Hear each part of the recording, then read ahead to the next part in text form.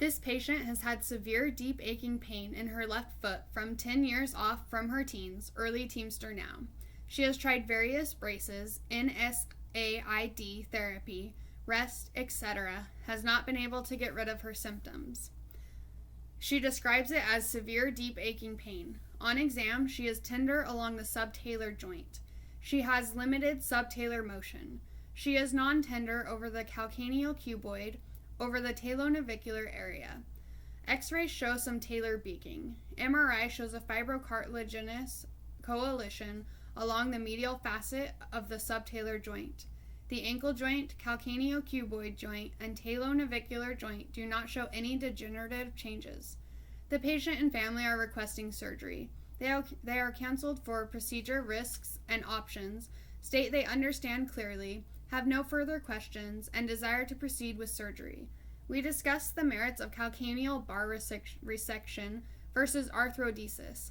Based on the degenerative changes found in the medial facet of the subtalar joint, the fact that the patient already has no motion in subtalar joint, etc., was felt that the subtalar arthrodesis would give the best long-term result. Name of procedure: subtalar arthrodesis, left foot with local bone graft.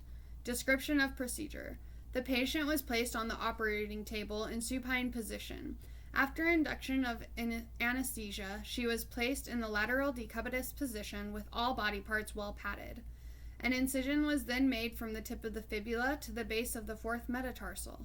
The peroneal tendon sheath, as well as the neurovascular structures, were identified and protected throughout the case.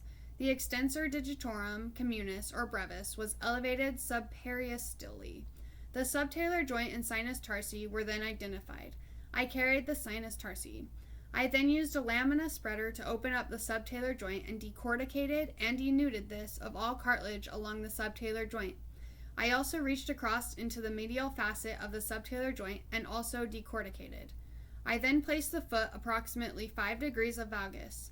I then, using fluoroscopic guidance, stabilized the subtalar joint with a guide pin through the tip of the heel, through this posterior inferior aspect of the calcaneus, up through the subtalar joint into the neck of the talus. Appropriate position was confirmed radiographically and visibly.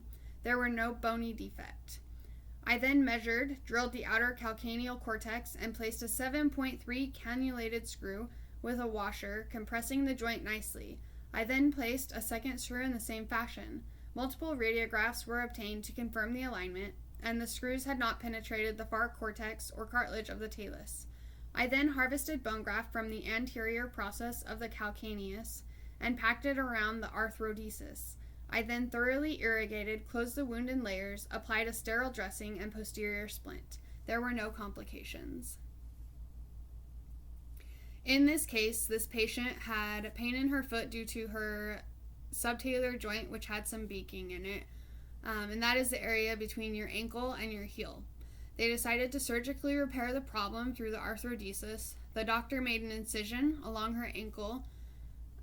He spread open her subtalar joint and scraped away the cartilage. He then placed a guide pin through her heel. 2 screws were placed through the calcaneus, and it was surrounded by bone graft, cleansed, and closed.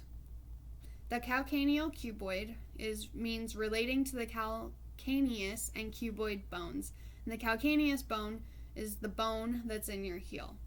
Talonavicular is pertaining to the talus bone and the navicular bone.